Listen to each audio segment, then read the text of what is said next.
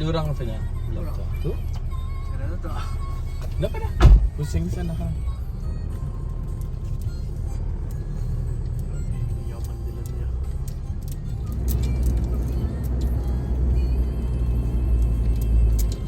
Kiri ni kan. Selesai. Bukan. Gila pasirnya tu. Hari ini.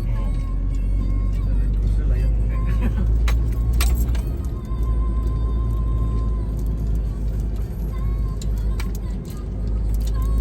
Dia punya ni je. Hilang seram.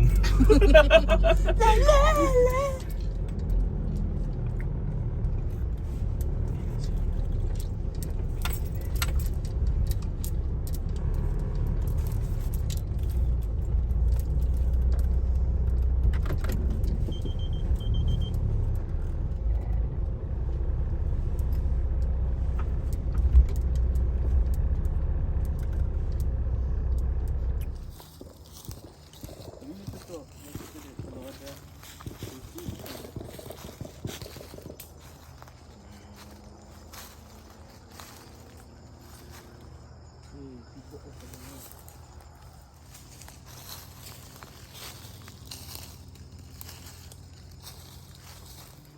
Selamat datang. Assalamualaikum Benzo, AA sama Dexy.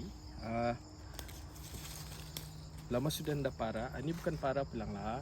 Ya mau to sharing cerita seram legenda tempat ini. Bercerita di tempatnya sendiri. Malam ini kami ada Bigo Live juga. Benzo.paranoms. Dorang pun ada di sini virtually sama kami untuk mendengarkan kisah-kisah yang ada di sini. So, kalau kamu lihat sekeliling pun memang kami di hutan, Gelap lah, gelap. gelap di pasir putih benar-benar pasir putih punya area. Aku pun dah tahu kenapa aku pilih di spot. Sebenarnya aku punya plan akan pasang api, tapi hopefully we need to control lah ya, control environment lah. Sabar. So this is saya punya Bigo Live.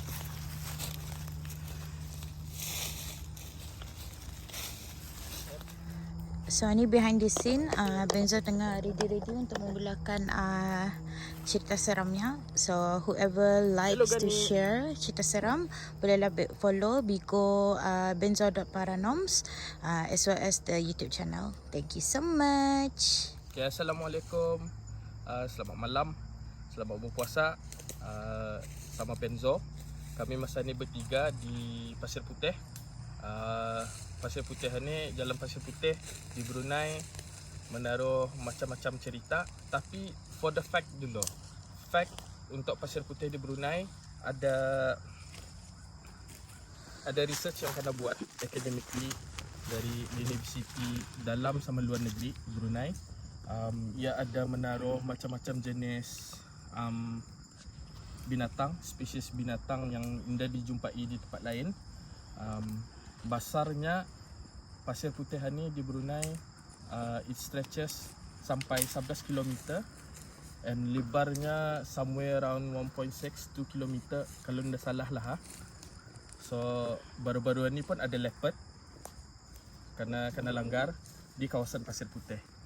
Tapi di sebalik itu banyak kisah-kisah seram yang kena alamilah di sini. So, malam ni kami mengambil kelainan, mengambil feel untuk bercerita di kisah-kisah legenda Jalan Pasir Putih ni di Pasir Putihnya sendiri.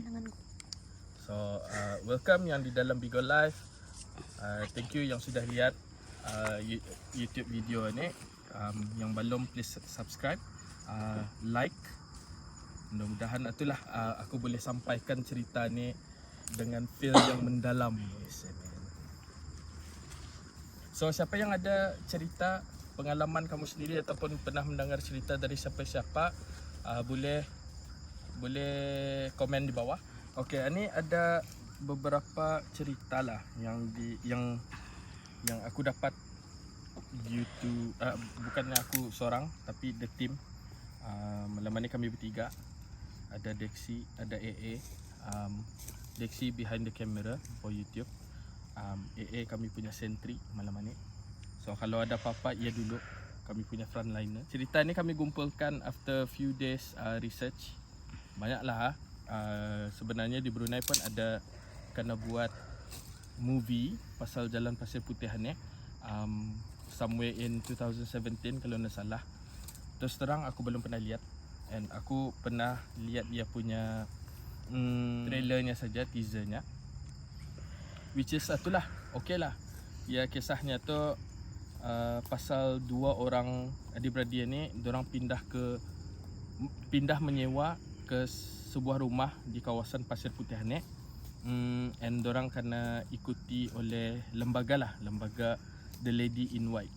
And then ada banyak kisah yang aku alami sendiri, yang aku dengar dari orang which is kawanku sendiri juga ceritakan.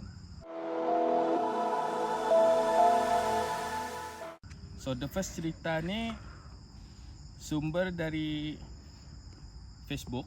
Ini kisah benar dari pengalaman saudara kepada kawan yang tukang pos yang berlaku masa tahun 90-an. Cerita ni pun pernah diceritakan oleh seorang YouTuber dalam channelnya yang semasa membahaskan cerita seram Brunei yang berjudul Jalan Pasir Putih. So YouTuber ni kalau anda silap ia orang Sabah.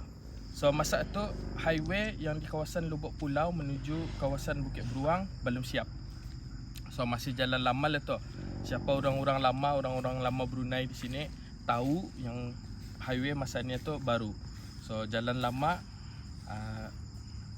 masa kisah ni berlaku, kami di sana masa ni. So dan kawasan ini memang terkenal dengan macam-macam cerita seram dan tentang aksiden yang masuk akal. So flashback to the 90s, ada seorang lelaki bernama Haji J. Bukan nama sebenar. Haji Jol lah tu Haji Jol. Menghadiri satu majlis keramaian malam minggu di Kampung Kuala Tutong. Kampung Kuala Tutong ni somewhere dekat town lah tu, town area, which takes kalau dari kawasan Telisai Bukit Beruang around 15-20 minutes drive. So masa tu Haji Jol ni masih single and ready to mingle. Jadinya memang biasalah orang yang solo and bujang ni bila malam minggu dia tak masanya mengayau orang Brunei. Haji Jul ni tinggal di kawasan Kampung Lemunen. So Kampung Lemunen ni dia di pendalaman, memang untuk keluar dari sana paksa melintas Jalan Pasir Putih. So as aku mention tadi, Pasir Putih ni ya besar, ya lebar. So merangkumi kawasan Tanjung Maya lah untuk masuk ke Lemunen. Jadi memang biasa untuk orang yang solo and bujang bila malam minggu ni ia tak masanya untuk dorang mengayau orang Brunei. Kalau dulu-dulu lagi asal ada keramaian orang kahwin, mesti ada orang karaoke, gambus, band, macam itulah ha. So Haji Jula ni tinggal di kawasan Kampung Lemunen.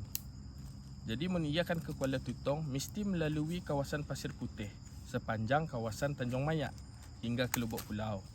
Sepanjang perjalanan ke Kuala Tutong, tidak ada apa-apa terjadi. Masa malam itu dia pergi jalan lah. Kira selamat ia sampai ke tempat tujuannya. Masa tu gambus, satu-satunya hiburan untuk muda-mudi yang masa itu di tahun 90-an. Apatah lagi si Haji Jol ni begadang dia sama kawan-kawannya sampai lewat malam. Selepas acara, Haji Jol ni memulakan perjalanannya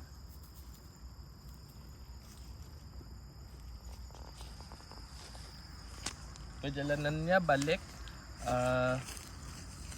ke rumah. Masa di kawasan antara Lubuk Pulau sama Tanjung Maya, tiba-tiba ada satu kejadian yang luar biasa yang belum pernah dialami si Haji Jol ni. Ngajut di sekitar jalan yang dilaluinya ni berkabus tabal. sampai Syekh Jijol ini terpaksa berhenti di satu tempat ini untuk mengelakkan kemalangan orang kan, pasal ia indah nampak jalan kabus ataupun asap yang tebal menutup jalan. Selepas saja kabus itu hilang, Jijol nampak kelibat orang berjalan menyeberang jalan di ujung-ujung kabus ataupun asap yang melintas inilah tadi. Bukan seorang tapi ramai, macam satu penduduk kampung itulah. Seramai yang dapat dilihatnya itu berjalan melintas jalan raya membawa keranda, macam mengiringi orang yang meninggal. Jijol ni terkejut. Dalam hatinya ia mikir, manusiakah hantu? Sebabnya adakah orang yang membawa mayat kan tengah-tengah malam, apatah lagi membawa keranda, mengusung keranda. Walaupun tahun 90-an ada sudah van jenazah. Terus terang aku cakap ada sudah van jenazah. So memang sah-sah atau bukan orang lah. Keadaan panik, ia terus mengunci keritanya dari dalam, menaikkan cermin tahun 90-an, cermin in the power window. So ia mesti mengingkol. Naikkan cermin keritanya. Dalam berapa minit selepas itu, kabus sama kelibat manusia yang ramai ni tadi hilang, yang membawa keranda ni hilang. Apalagi Syekh ni tanpa membuang peluang terus laju drive balik. Alhamdulillah, tak ada lagi kejadian pelik lepas tu, tapi Haji Jol pun dah lagi berani kan berjauh akhir-akhir. Seorang diri, terutama sekali di kawasan Pasir Putih. Ia memang pernah mendengar cerita-cerita seram tentang kawasan itu, tapi tidak pernah kan percaya 100%. Ini sudah tekanan sendiri percaya tiap. So itu cerita yang banyak kena share-sharekan di medsos, di Facebook apa itu ini semua. So siapa yang ada cerita boleh share-sharekan di YouTube, boleh komen.